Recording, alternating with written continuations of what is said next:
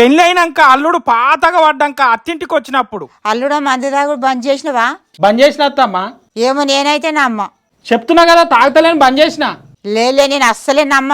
ఇక ఎట్లా నమ్మతలేదు, తాకుండా ఎందుకు ఉండాలి, పోయి 90 కొట్టేస్తా. బావా నువ్వు ఇట్లా దాక్కుంటా పోతే మన పిల్లల భవిష్యత్తు ఏం కావాలి? అవునే నిజమే, గిడ తక్కువ రేటుకే ప్లాట్ ఇస్తారంట. ప్లాట్ తీసుకుని వెంటనే ఇల్లు కూడా కట్టుకోవచ్చు అంట. ఒకటి పిల్లల పేరు మీద తీసి పెడతా.